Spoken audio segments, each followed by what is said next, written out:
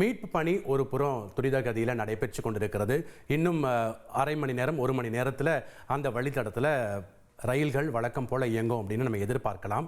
ஒரு புறம் ரயில்வே துறை சார்பில் பாதுகாப்பு குழுவினர் விரைந்திருக்கிறார்கள். இந்த விபத்து மனித தவறால் ஏற்பட்டதா போன்ற பல்வேறு விஷயங்களை எடுப்பதற்காகவும் விசாரணை மேற்கொள்வதற்காகவும் வந்து கொண்டிருக்கிறார்கள். இந்த நிலையிலேயே ரயில்வே நிர்வாகம் அந்த பகுதியில் கேட் கீப்பரா பணியில் இருந்தவரை பணி நீக்கம் செய்திருக்கிற அப்படிங்கிற ஒரு அறிவிப்பை நம்ம பார்த்தோம். அமைச்சர் மா சுப்பிரமணியன் 3 பேர் உயிரிழந்திருப்பதா ஒரு தகவலை வெளியிட்டிருக்கிறார். இன்னொரு புறம் அவர்களுடைய பெற்றோர் கடலூர் அரசு மருத்துவமனையில் குழுமி இருக்கக்கூடிய காட்சிகளை நம்ம பார்க்கிறோம். அவர்களும் கவலை தோய்ந்த முகத்தோடு மிகுந்த கனத்த இதயத்தோடு அழுது கொண்டிருக்கக்கூடிய காட்சிகளை நம்ம பார்க்கிறோம்.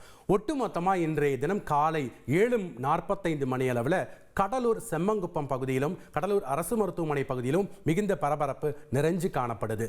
தற்போது நம்மகிட்ட இருக்கக்கூடிய கூடுதல் விவரங்கள் என்ன தேவநாதன்?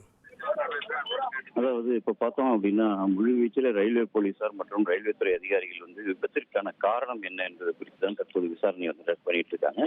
ஒரு புறம் பார்த்தோம் அப்படின்னா இந்த கடலூர் சிதம்பரம் அந்த ரயில்வே இருப்பு பாதையில ரயில்கள் வழக்கமாக செல்வதற்கான பணி வந்து செய்யப்படணும் அப்படின்றதுக்காக பணியில முழு வீச்சில் 100க்கும் மேற்பட்ட தொழிலாளர்கள் வந்து அந்த பணியில வந்து ஈடுபட்டு இருக்காங்க.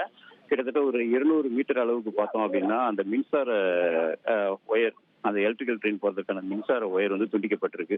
அந்த துண்டிக்கப்பட்ட ஒயரை வந்து தற்போது கனெக்ட் பண்ற பணியில வந்து ஒரு 50க்கும் மேற்பட்ட ஊழியர்கள் ஈடுபட்டிருக்காங்க. மற்ற 50க்கும் மேற்பட்ட ஊழியர்கள் வந்து தண்டவாளத்துல வந்து பல்வேறு அந்த பேருந்துடைய சிதறல்கள் அதெல்லாம் இருக்கிற நிலையில அதெல்லாம் அப்புறப்படுத்தி அந்த பேருந்து வந்து ரயில்வே ட்ராக் ஓரமா இருந்தது, அந்த பேருந்து அப்புறப்படுத்துற பணி மற்றும் அந்த கேட் கீப்பருக்கு முன்னாடி ஒரு ஷெட் ஒன்று போட்டிருந்தாங்க. அந்த ஷெட்டு முழு சுக்குநூறா அந்த பேருந்து வந்து மோதிய வேகத்துல அந்த இதுவும் வந்து உடைஞ்சிருக்கு. அதெல்லாம் அப்புறப்படுத்த பணியில வந்து ஈடுபட்டு இருக்காங்க.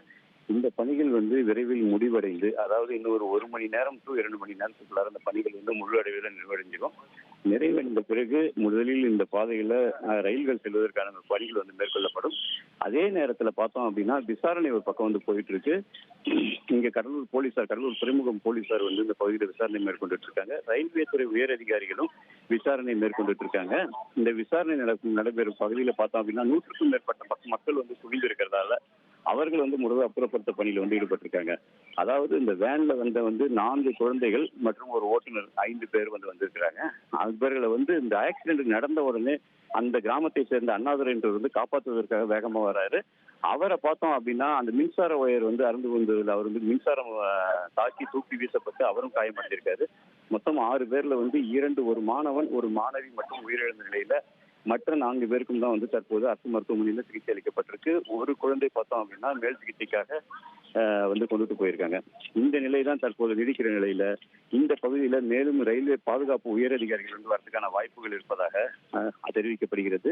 அவர்கள் வந்து இந்த பாதுகாப்புல வந்து எந்த இடத்துல குறைபாடு ஏற்பட்டிருக்கு அப்படின்றது குறித்து அவங்க வந்து விசாரணை மேற்கொள்வதற்காக இருக்கிறாங்க.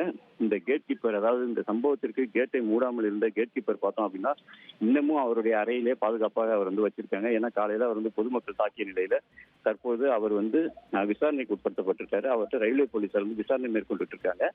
ட்ரெண்ட ஃப்ரெண்ட் ஆக்கிக்கோங்க. தந்தி டிவியின் சப்ஸ்கிரைபர்ஸ் அண்ட் ஃபாலோவர்ஸ் குடும்பத்துல நீங்களும் இணையுங்க.